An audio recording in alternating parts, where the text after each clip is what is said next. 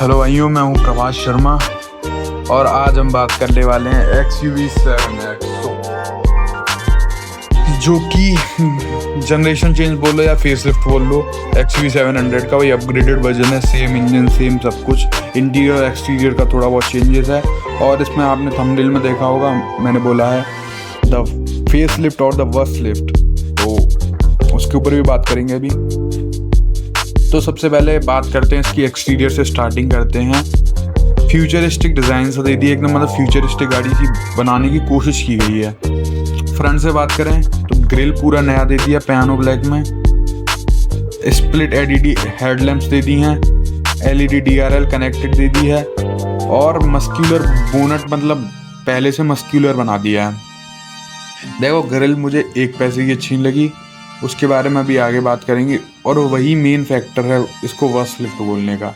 तो अभी स्टार्टिंग में वो चीज़ नहीं सही लगेगी। साइड से बात करें, फ्लश टाइप डोर हैंडल्स हैं, डायमंड कट एलॉय व्हील्स हैं, स्ट्रॉन्ग शोल्डर लाइन्स है और रूफ हिल्स।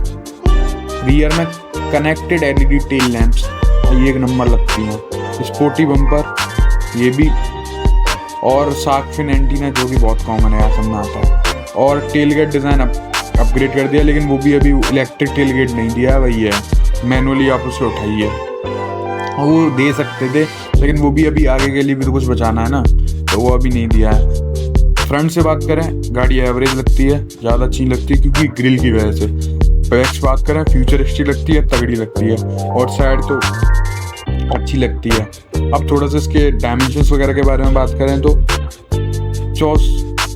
और डायमेंशंस के बारे में बात करते हैं।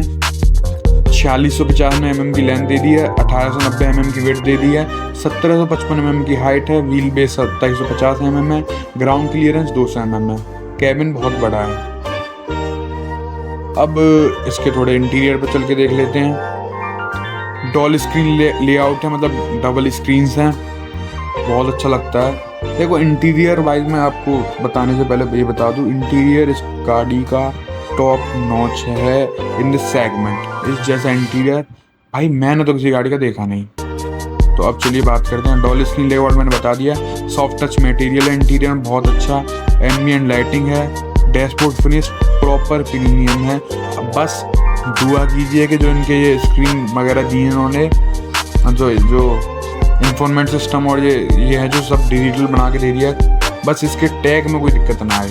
महिंद्रा इंजन वाइज सब कुछ अच्छा देता है, बस ये यार टैग नहीं दे पाते, पता नहीं ये टैग में मात खा जाते हैं। और मैं दुआ करूँगा भगवान से कि अब की बार टैग में अच्छा रहे, क्योंकि उस टाइम पर उन्होंने 21-22 में जब XUV 700 और वो निकाली थी स्कॉर्पियो, उसमें टेक्निकली इतनी ग्लिच थी कि उसका कोई वो नहीं है। सीट्स बात करें, लेदरेट सीट्स हैं, वेंटिलेटेड फ्रंट सीट्स हैं, पावर ड्राइवर सीट है, स्पेशियस सेकंड रो है, फोल्डेबल थर्ड रो है, ठीक है। Comfort dual zone climate control आ जाता है, रियर AC वेंट्स आ जाते हैं, वायरलेस चार्जिंग है, पैनोरामिक सनरूफ है बड़ी, और प्रीमियम साउंड सिस्टम है। अब थोड़ी इसकी स्क्रीन्स के बारे में ढंग से बात कर लेते हैं।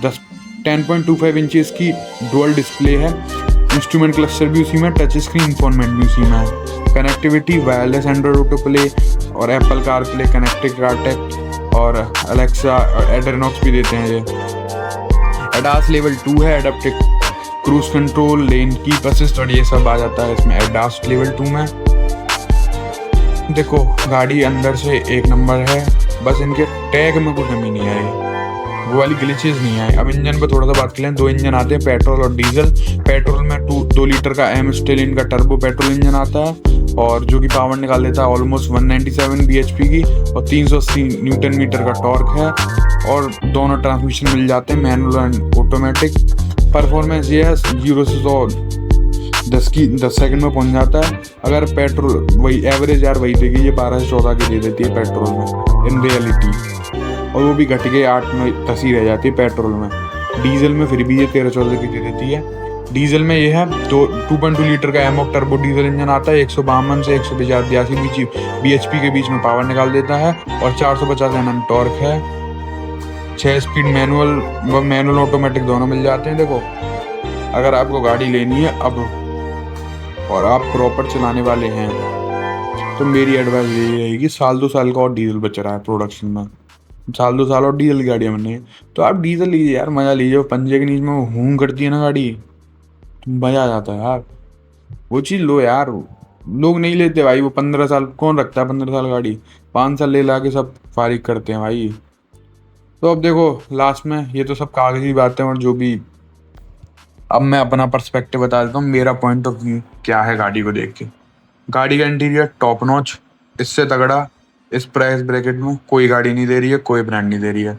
एक नंबर है। बस इंटीरियर में थोड़े से वो जो इन्होंने टेक घूस दिया है, टेक्नोलॉजी इतनी घूस दी है, इलेक्ट्रॉनिक्स और वो सब डिजिटल कर दिया सब कुछ, बस उसमें थोड़ा सा वो ग्लिचेस वगैरह ना आए, बाकी सब बेहतर है।